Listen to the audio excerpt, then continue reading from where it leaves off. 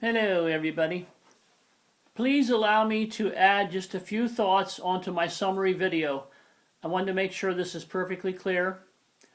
The first thing is, when you looked at my C augmented 7 chord symbol, I wanted to make sure you understood that the augmented symbol designates the chord type.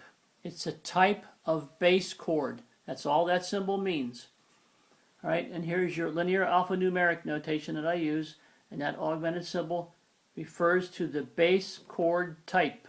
All right, I do not use the augmented 7 interval. Here's a C, here's a B sharp. That's an interval of an augmented 7. I don't use it in my system. Don't use it because it's stupid. I already talked about that, but I wanted to be really, really clear. The next thing is, when we looked at these two chords in previous videos, right, I said they're both acceptable notations, but one is preferred.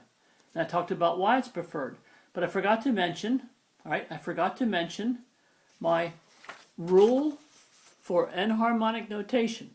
In other words, these two chord symbols are enharmonic. They look different, but when you play them on an instrument, they will sound the same. They're enharmonic. Right, so the rule for enharmonic notation reads, the chord with the largest bass chord, when you're comparing two chord symbols, the chord with the largest bass chord will be preferred because it will inherently possess more foundational notes. It'll contain more bass chord notes. You see here you have a larger bass chord, C dominant 7, and here you have simply a fifth chord, a C augmented. You start out here with the C augmented, but here you start out with a C dominant 7. So the chord with the largest bass chord, when you're comparing two chords, will be theoretically the preferred chord. All right? And then on the thing called the fifth chord exception, I showed some examples in my system in which you're allowed to modify the fifth, the note at the interval of the fifth, and I showed examples. All right, so let's take a look at this example here. All right, a C minor bass chord with an augmented fifth and a major sixth, and let's just take off that A. All right, we'll take off that A, and we'll take a look at it. And here you get the same thing without the A, and that's okay. The C minor bass chord.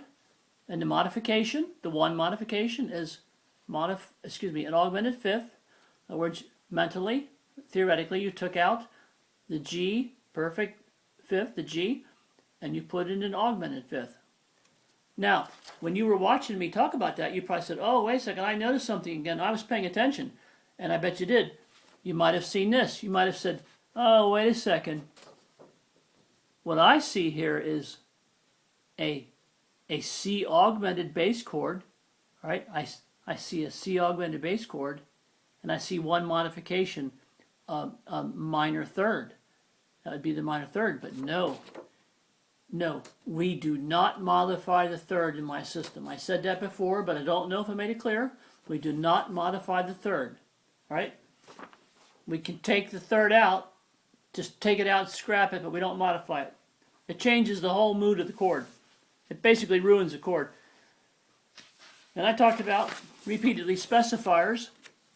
All right, it could be double sharp, sharp, natural sign, flat, double flat. All right, and I told you repeatedly that you're only going to see a specifier, a flat or a sharp, with a note as notated on music paper, or you're only going to see it otherwise with a letter, all right, which designates a note. Right, that's a C sharp, and there's an E flat, and here's a flat sign to go with the D, but that specifier will only be seen on music notation paper with a note, or in my system, with a letter which designates a note, A, B, C, D, E, or A, B, C, D, E, F, or G. So I want to make that perfectly clear, where the specifiers will show up. The modifiers are used only to modify the chord itself. I talked about that, and if you didn't get it, please allow me to show you this. The modifier modifies the bass chord. That's what it does. It modifies the bass chord. It can do one of three things. The modifier can replace something. Here's a C minor 7, and the modifier is a diminished 5. What happened was we took out, and mentally, theoretically, the perfect fifth, and we inserted a diminished fifth. I hope I'm speaking correctly, because I've been known to speak incorrectly. Now you can use modifiers to add. You can add something. Here's an F major, a bass chord, very simple, and you added a major 6. So we saw you can use it to replace something, add something, and also then finally you can use it to omit something, which I just mentioned earlier about the third.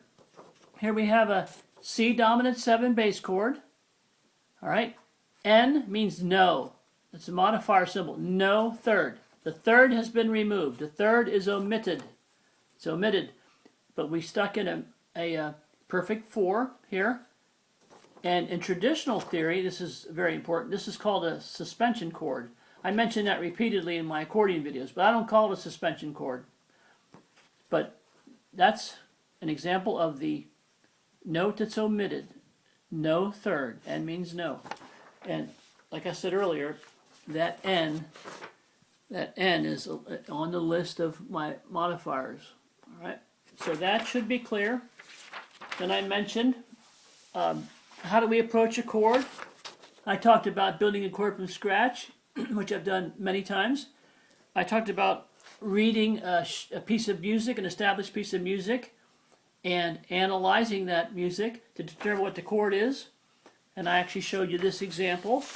We looked at a little piece of music and we figured out the chords, all right? But what I didn't do, I forgot, was to talk a little bit about the third approach. That is, receive a request from a fellow musician.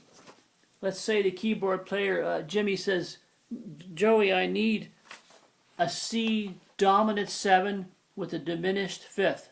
All right, so knowing my system, if you know my system and you know your bass chords, which is the foundation, if you know your bass chords and you're pretty sharp, right away the first thing you think is, okay, Jimmy asked for a C dominant 7 bass chord. I heard him say that. And in your mind you can picture it.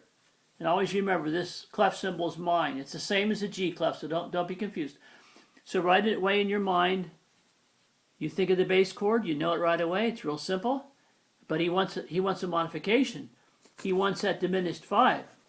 So you see it here in your mind quickly, you take out that perfect 5th, that G, and you stick in a G flat, and you get the chord he requested, C dominant 7 bass chord, and you have that modification, diminished 5, and he gets exactly what he asked for, and then that's a modified bass chord. So that was the mental process for step number 3, receiving basically a request or an instruction from another player. I didn't really elaborate on that, but that's how it goes.